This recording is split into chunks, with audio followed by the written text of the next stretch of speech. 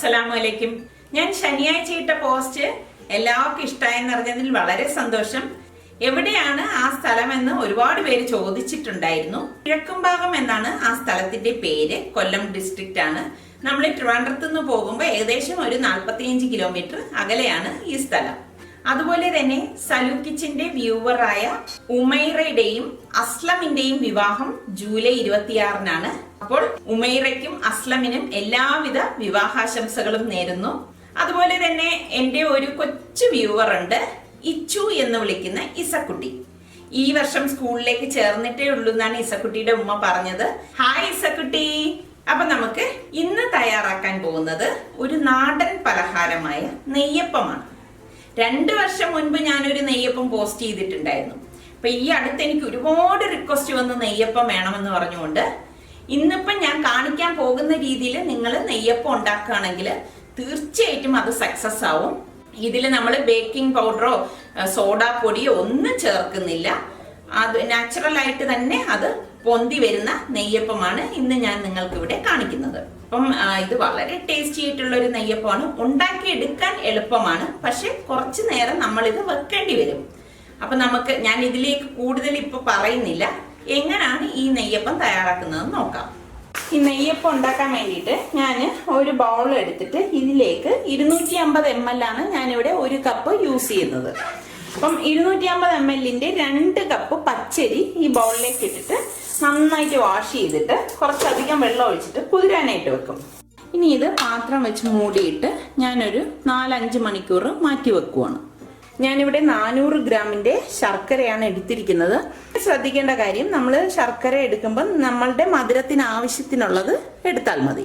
ഞാനിവിടെ ആ ശർക്കര ഒന്ന് പൊടിച്ചെടുത്ത് വെച്ചിരിക്കുകയാണ്. ഞാനൊരു ഇടികല്ല് കൊണ്ടാണ് ഇടിച്ച് ഇതുപോലെ ചെറിയ പീസാക്കി പൊടിച്ചെടുത്തത്. ഇങ്ങനെ ആവുമ്പോഴേക്ക് നമുക്ക് വെള്ളം ഒഴിച്ച് ഉരുക്കുമ്പോൾ പെട്ടെന്ന് തന്നെ ഇത് ഉരുക്കി കിട്ടും.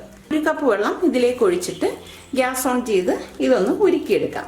ഉരുക്കിയെടുത്ത ശേഷം ഇത് നന്നായിട്ടൊന്ന് അരിച്ചെടുക്കണം. കാരണം ഈ ശർക്കരയിൽ അഴുക്ക് എന്തായാലും ഉണ്ടാവും. അപ്പം നമ്മൾ 2-3 പ്രാവശ്യം അരിച്ചെടുക്കുമ്പോൾ അഴുക്കൊന്ന് മാറിക്കിട്ടും. ഇതിവിടെ നല്ലതുപോലെ ഉരുകി വന്നിട്ടുണ്ട്. ഇനി ഇത് ഗ്യാസ് ഓഫ് ചെയ്ത ശേഷം 2-3 പ്രാവശ്യം ഒന്ന് അരിച്ചെടുത്തിട്ട് വരാം. കണ്ടോ, ഇതുപോലെ അഴുക്കുണ്ടാവും ശർക്കരയിൽ. ഞാനിനി ഇത് 2-3 പ്രാവശ്യം അരിച്ചെടുക്കും.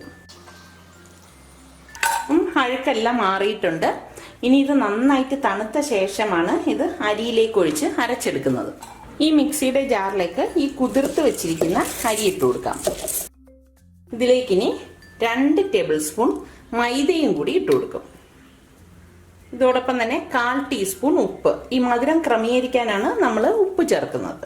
പിന്നെ നമ്മൾ ഈ ഉരുക്കി വെച്ചിരിക്കുന്ന ശർക്കരപ്പാനി ഉണ്ടല്ലോ, അത് ഇതിലേക്ക് ഈ അരി നഗക്കെ ഒഴിച്ചിട്ട് ഇതൊന്ന് അരച്ചെടുക്കണം. ആദ്യമേ ഫുള്ള് നമ്മൾ ഒഴിച്ചെടുക്കണ്ട, അരി നഗക്കെ ഉള്ളത് ഒഴിച്ചു കൊടുത്താൽ മതി. ബാക്കി നമ്മൾ പിന്നീട് ഇതിലേക്ക് ചേർത്ത് മിക്സ് ചെയ്ത് കൊടുത്താലും മതിയാകും.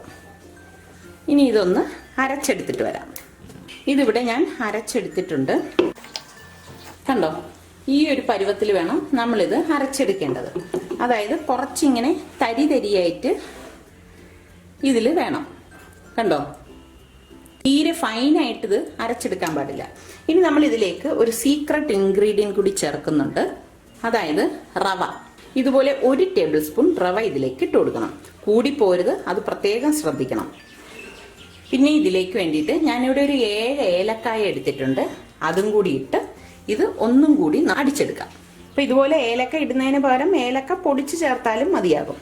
ഞാൻ പക്ഷെ എപ്പോഴും ഇങ്ങനെ ഏലക്ക ചേർത്തിട്ടാണ് അരച്ചെടുക്കുന്നത്. അരച്ചെടുത്ത് വെക്കുമ്പോൾ ശരിക്കും ആ മാവില് അതിന്റെ ഫ്ലേവർ നല്ലതുപോലെ കിട്ടും. ഇതിവിടെ ഞാനിവിടെ അരച്ചെടുത്ത് വെച്ചിട്ടുണ്ട്. ഇനി ഇതൊരു ബൗളിലേക്ക് ഒഴിച്ചു കൊടുക്കാം. ഇതുപോലെ ഒരു ബൗൾ എടുത്തിട്ട് ഇതിലേക്ക് ഈ മാവ് ഒഴിച്ചു കൊടുക്കണം. ഇനി ഇതിലേക്ക് മറ്റൊരു സീക്രട്ട് ഇൻഗ്രീഡിയൻറ്റ് കൂടി ചേർക്കും. ഇത് നെയ്യപ്പം അല്ലേ. അപ്പം നമ്മൾ എന്തായാലും വീട്ടിൽ നമ്മൾ നെയ്യിലല്ല ഇത് ഫ്രൈ ചെയ്തെടുക്കുന്നത്, എണ്ണയിൽ തന്നെയാണ് ഈ നെയ്യപ്പം ഫ്രൈ ചെയ്തെടുക്കുന്നത്. അപ്പം നെയ്യുടെ ഒരു ഫ്ലേവർ എന്തായാലും വേണം. അതുകൊണ്ട് 1 ടേബിൾ സ്പൂൺ നെയ്യ്, നല്ല നെയ്യ് തന്നെ ഇതിനായിട്ട് ഉപയോഗിക്കണം. ആ നെയ്യ് ഇതിലേക്ക് ഇട്ട് കൊടുക്കാം. ഇപ്പോൾ കണ്ട, ഇത് വളരെ കട്ടിയായിട്ടുള്ളൊരു ബാറ്ററാണ്. ഇത്രയും കട്ടി നമുക്ക് ഈ നെയ്യപ്പത്തിന് ആവശ്യമില്ല. ഒരുപാട് ലൂസും ആകരുത്. ആദ്യം ഈ നെയ്യ് നന്നായിട്ട് എല്ലായിടവും യോജിക്കത്തക്ക രീതിയിൽ മിക്സ് ചെയ്ത ശേഷം മാത്രമേ നമ്മൾ ശർക്കര പാനി ഒഴിച്ചു കൊടുക്കാവൂ. ഇതിപ്പോൾ നമ്മൾ സോഡാപ്പൊടിയൊന്നും ചേർക്കത്തില്ല. സോഡാപ്പൊടിയൊക്കെ ചേർക്കാതെ ഉണ്ടാക്കുന്ന നെയ്യപ്പമാണ്. നല്ല പൊങ്ങി വരും, വളരെ ടേസ്റ്റിയാണ്. പക്ഷെ നമ്മൾ ഇതുപോലെ അരച്ചിട്ട് ഒരു 8-9 മണിക്കൂറെങ്കിലും ഇത് പൊങ്ങാനായിട്ട് മാറ്റി വെക്കും. ഇതിപ്പോൾ ഞാൻ ഇന്നലെ രാത്രി വെള്ളത്തിലിട്ട അരിയാണ് ഇന്ന് രാവിലെ അരച്ചെടുത്തത്. ഇന്ന് വൈകിട്ട് മാത്രമേ ഞാനിനി നെയ്യപ്പം ഉണ്ടാക്കത്തുള്ളൂ. അപ്പോൾ കണ്ടല്ലോ, ഇനി ബാക്കിയിരിക്കുന്ന ശർക്കര പാനിയും കൂടി കുറേശ്ശെ ഒഴിച്ചു നോക്കണം. എന്നിട്ട് മാത്രമേ നമ്മൾ മിക്സ് ചെയ്തെടുക്കാവൂ. കാരണം ലൂസായി പോരുത്, അത് പ്രത്യേകം ശ്രദ്ധിക്കണം. ഇപ്പോൾ തന്നെ നല്ലൊരു മണം വരുന്നുണ്ട്. കാരണം ഈ ഏലക്കായുടെയും നെയ്യിൻ്റെയും ഒക്കെ ചേർന്നിട്ട് ശർക്കരയൊക്കെ ചേർന്നിട്ട് നല്ല ഒരു മണമാണ് ഇപ്പോൾ തന്നെ ഉള്ളത്. അപ്പോൾ ഇത് വെച്ച് കഴിയുമ്പോഴേക്ക് കുറച്ചുകൂടി ഫ്ലേവർ ഇതിലേക്ക് ഇറങ്ങും. ഇനി ഇതൊന്ന് ഇരുന്ന് കഴിയുമ്പോൾ കുറച്ചുകൂടി ഒന്ന് കുറുകും. ഇത്രയും മതിയാകും. കണ്ടോ, ഈ ഒരു കൺസിസ്റ്റൻസിയാണ്. അതായത് നമ്മൾ തട്ടുദോശ ഉണ്ടാക്കത്തില്ലേ, തട്ടുദോശ ഉണ്ടാക്കുന്ന മാവിൻ്റെ ആ ഒരു കൺസിസ്റ്റൻസി നിങ്ങൾക്കൊക്കെ അറിയാമല്ലോ. അതാണ് ഈ നെയ്യപ്പത്തിൻ്റെ ഒരു കൺസിസ്റ്റൻസി. അപ്പം ഞാൻ ഇനി ഇത് സ്പൂൺ മാറ്റിയിട്ട് ഈ പാത്രം മൂടി വെച്ച് 8 മണിക്കൂർ മാറ്റി വെക്കുവാണ്. 8 മണിക്കൂർ കഴിഞ്ഞ ശേഷമാണ് നെയ്യപ്പം ചുട്ടെടുക്കുന്നത്. ഇതിപ്പോൾ നമ്മൾ മാവ് കലക്കി വെച്ചിട്ട് 8 മണിക്കൂർ കഴിഞ്ഞിട്ടുണ്ട്. അപ്പം ഈ സമയം നമ്മൾ കുറച്ച് ഉണക്ക തേങ്ങ ഒന്ന് ഫ്രൈ ചെയ്ത് അതിലേക്ക് ഇടുന്നുണ്ട്. അപ്പം പാൻ ഇതുപോലെ ചൂടാകുമ്പോഴേക്കും ഞാൻ 1 ടേബിൾ സ്പൂൺ നെയ്യ് ഒഴിച്ചു കൊടുക്കുകയാണ്. ഈ നെയ്യ് മെൽറ്റായി വരുമ്പോൾ ഞാൻ കണ്ടോ, ഇവിടെ ഞാൻ കുറച്ച് ഉണക്ക തേങ്ങ ഇതുമാതിരി, അതായത് കൊപ്ര ഇതുപോലെ സ്ലൈസ് ചെയ്തെടുത്തതാണ്. അത് ഇതിലേക്കിട്ട് ഫ്രൈ ചെയ്തെടുക്കാം. ഇത്രയും മതിയാകും. ഇതുപോലെ ഫ്രൈ ചെയ്തെടുക്കണം. ഇനി ഇത് നമ്മൾ ഈ കലക്കി വെച്ചിരിക്കുന്ന മാവിലേക്ക് ഒഴിച്ചു കൊടുക്കാം. ഇതിലേക്ക് നെയ്യോടുകൂടി തന്നെ ഈ തേങ്ങ ഇട്ട് കൊടുക്കണം. പിന്നെ ഞാൻ ഇതിലേക്ക് കറുത്ത എള്ളാണ് 1 ടീസ്പൂൺ ഇട്ട് കൊടുക്കുന്നത്. കറുത്ത എള്ളാണ് എപ്പോഴും ഹെൽത്തിന് നല്ലത്. ഇനി ഇത് നന്നായിട്ടൊന്ന് മിക്സ് ചെയ്ത് കൊടുക്കാം. ഈ സമയം നമുക്ക് ഏലക്കായുടെ പൊടി ഇനിയും വേണമെന്ന് തോന്നിയാൽ ഈ സമയം ചേർത്ത് കൊടുക്കാവുന്നതാണ്. ഞാനിപ്പം ഇതിലേക്ക് ചേർക്കുന്നില്ല, ഓൾറെഡി നല്ല ഫ്ലേവർ ഉണ്ട് ഏലക്കായുടെ. കണ്ടോ, ഇതാണ് നെയ്യപ്പത്തിൻ്റെ മാവിൻ്റെ ഒരു കൺസിസ്റ്റൻസി. അപ്പം ഇനി നമുക്ക് ഇതെങ്ങനെയാണ് ചുട്ടെടുക്കുന്നതെന്ന് നോക്കാം. ഞാൻ ഇതിലേക്ക് സോഡാപ്പൊടിയോ ബേക്കിംഗ് പൗഡറോ ഒന്നും ചേർത്തിട്ടില്ല. നമ്മൾ രാവിലെ ആട്ടി കലക്കി വെച്ചിരിക്കുന്ന മാവാണ്. ഇനി നമുക്കിത് ചുട്ടെടുക്കാം. നെയ്യപ്പമൊക്കെ ചുടാൻ എപ്പോഴും നല്ലത് ഇരുമ്പ് ചട്ടിയാണ്. ഞാനിവിടെ ഒരു ഇരുമ്പ് ചട്ടി എടുത്തിട്ട് ഇതിലേക്ക് നെയ്യപ്പം ഫ്രൈ ചെയ്തെടുക്കാൻ ആവശ്യത്തിനുള്ള എണ്ണ ഒഴിച്ചു കൊടുക്കുകയാണ്. എണ്ണ ഇനി ചൂടായിട്ട് മാത്രമേ നമ്മൾ മാവ് ഇതിലേക്ക് കോരി ഒഴിച്ചു കൊടുക്കാവൂ. എണ്ണയുടെ ചൂടായി വന്നിട്ടുണ്ട്. ഇനി നമുക്ക് ഈ മാവ് ഇതുപോലെ ഒന്ന് കലക്കി എടുക്കണം. ഓരോ പ്രാവശ്യം നമ്മൾ നെയ്യപ്പത്തിന് കോരി ഒഴിക്കുമ്പോൾ ഇതുപോലെ ഒന്ന് കലക്കി എടുത്തിട്ട് വേണം കോരി ഒഴിക്കാനുള്ളത്. ഞാനിവിടെ 1 സ്പൂൺ മാവ് ഇതിലേക്ക് കോരി ഒഴിക്കുവാണ്. കണ്ടോ, ഇതിവിടെ പൊങ്ങി വന്നിട്ടുണ്ട്. ഇതുപോലെ പൊങ്ങി വന്ന ശേഷം മാത്രമേ നമ്മളിത് മറിച്ചിടാവൂ. നമ്മൾ സ്പൂൺ കൊണ്ട് ഇതിങ്ങനെ അമർത്തി കൊടുക്കുക ഒന്നും ചെയ്യരുത്. നമ്മൾ മാവ് കോരി ഒഴിച്ചിട്ട് ഇതിനെ ഫ്രീ ആയിട്ട് വിടണം. അത് താനെ പൊങ്ങി വരും. നമ്മൾ മാവ് കോരി ഒഴിച്ച ശേഷം ഫ്ലെയിം ഒന്ന് കുറച്ചു കൊടുക്കണം. കാരണം അല്ലെങ്കിൽ ഇതിൻ്റെ ഉൾഭാഗം വേഗത്തില്ല. നെയ്യപ്പത്തിൻ്റെ കളർ നമുക്കറിയാമല്ലോ, നല്ല ഒരു ഗോൾഡൻ കളർ ആകുമ്പോഴാണ് നമ്മൾ ഇത് എണ്ണയിൽ നിന്ന് മാറ്റുന്നത്.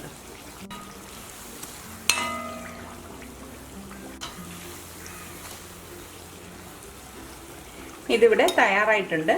ഇനി ഇത് നമുക്ക് എണ്ണയിൽ നിന്ന് മാറ്റാം.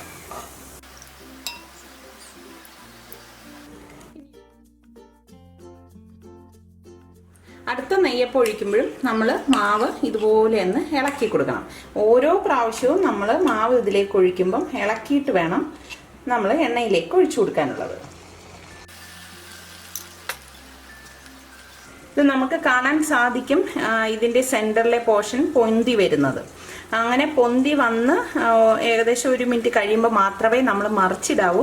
അല്ലെങ്കിൽ ഇതിനുള്ളിലെ മാവ് പൊട്ടിയിട്ട് വെളിയിലേക്ക് വന്ന് ഈ നെയ്യപ്പത്തിൻ്റെ ഷേപ്പ് നഷ്ടപ്പെട്ടു പോകും. പിന്നെ ശ്രദ്ധിക്കേണ്ട ഒരു കാര്യം, ഇതിപ്പോൾ ഞാൻ മാവ് കോരി ഒഴിച്ചപ്പോൾ കണ്ടോ സൈഡിൽ കുറച്ച് മാവ് വന്നു. അപ്പം അത് ഒന്ന് ഇത് ചൂടടിച്ചൊന്ന് ഫ്രൈ ആകുമ്പോൾ അതങ്ങ് ഇളക്കി മാറ്റിയേക്കണം. അല്ലെങ്കിൽ അടുത്ത് നമ്മൾ ഇതുപോലെ നെയ്യപ്പം ചുടുമ്പം അത് അതിൻ്റെ പുറത്ത് വന്ന് ഷേപ്പ് നഷ്ടപ്പെടും. ഇതുപോലെ അങ്ങ് എടുത്ത് മാറ്റിയാൽ മതി. കണ്ടോ?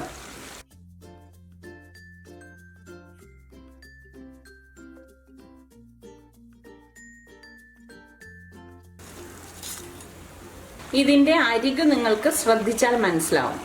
നല്ല പെർഫെക്റ്റ് ആയിട്ട് വരുന്ന നെയ്യപ്പത്തിന് മാത്രമേ അരികു ഇങ്ങനെ വരത്തുള്ളൂ, അല്ലെങ്കിൽ അരികു ഇതുപോലെ ആയിരിക്കത്തില്ല.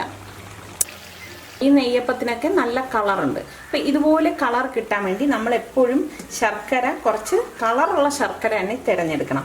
അല്ലാതെ വെള്ള ശർക്കര തിരഞ്ഞെടുക്കരുത്. വെള്ള എടുത്തു കഴിഞ്ഞാൽ നമുക്ക് ഈ നെയ്യപ്പം ഉണ്ണിയപ്പമൊക്കെ ഉണ്ടാക്കുമ്പോൾ വെള്ള കളറിലിരിക്കും. നെയ്യപ്പം ഇവിടെ തയ്യാറായിട്ടുണ്ട്. അപ്പം നിങ്ങളെല്ലാവരും ഇതൊന്ന് ട്രൈ ചെയ്ത് നോക്കണം. ട്രൈ ചെയ്ത് നോക്കി നിങ്ങൾക്കിത് ഇഷ്ടമാണെങ്കിൽ ഇതിൻ്റെ ലിങ്ക് ഷെയർ ചെയ്യുവാനും ലൈക്ക് ചെയ്യുവാനും കമൻറ്റ് ചെയ്യുവാനും മറക്കണ്ട. അതേപോലെ തന്നെ സബ്സ്ക്രൈബ് ചെയ്തിട്ടില്ലാത്തവരുണ്ടെങ്കിൽ സബ്സ്ക്രൈബ് ചെയ്യാൻ മറക്കരുതേ. ഞാനിതൊന്ന് ടേസ്റ്റ് ചെയ്തിട്ട് പറഞ്ഞുതരാം.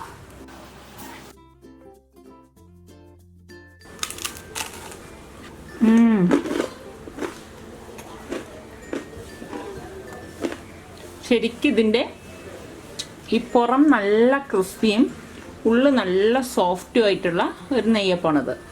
ഇവിടെയൊക്കെ നല്ല ക്രിസ്പിയാണ്. അപ്പം നിങ്ങൾ എല്ലാവരും ഇതൊന്ന് ട്രൈ ചെയ്ത് നോക്കണം.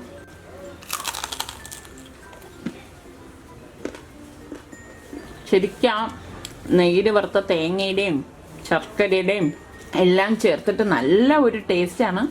ട്രൈ ചെയ്ത് നോക്കിയിട്ട് തീർച്ചയായിട്ടും എനിക്ക് നിങ്ങൾ റിപ്ലൈ തരണം.